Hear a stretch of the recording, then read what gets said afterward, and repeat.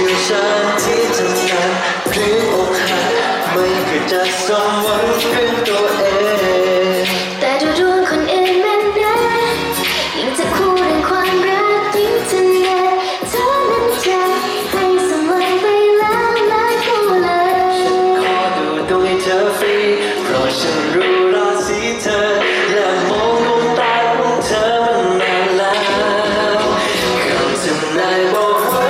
หากว่าเธอได้เป็นแฟนฉันเธอจะโชคดีที่สุดไม่มีวันเสียใจจะพบความสุขที่หาไม่ได้จากไหน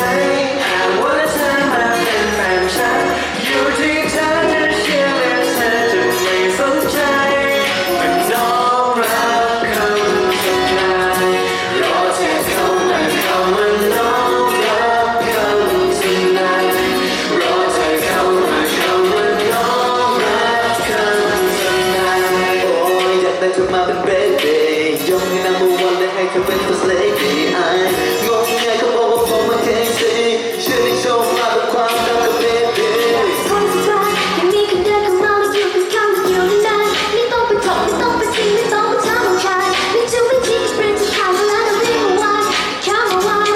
เธอจะสดใสก็ไม่สดใสก็ไม่ถ้าชวนฉันทานมาขัดทุกบอกให้คำไม่คิดละรึอยากได้ตัวเธอไม่ได้ที่รักก็ปักไปนอนในนั้นจะพักกันจะฮาเลโอจะซ้ำบอกไว้หากว่าเธอได้เป็นแฟนฉันเธอจะโชคดีที่สุดไม่มีวันเสียใจจะพบความสุขที่หาไม่ได้จากไหนหากว่าเธอมาเป็นแฟนฉันอยู่ที่เธอจะเชื่อและเธอจะไม่สนใจเป็นน้องรักคำทำนายรอเธอเข้ามาน้องรักคำทำนายรอเธอเข้ามาน้องรักคำทำนายเธอยอมให้ฉันเป็นแฟนสัญญาจะไม่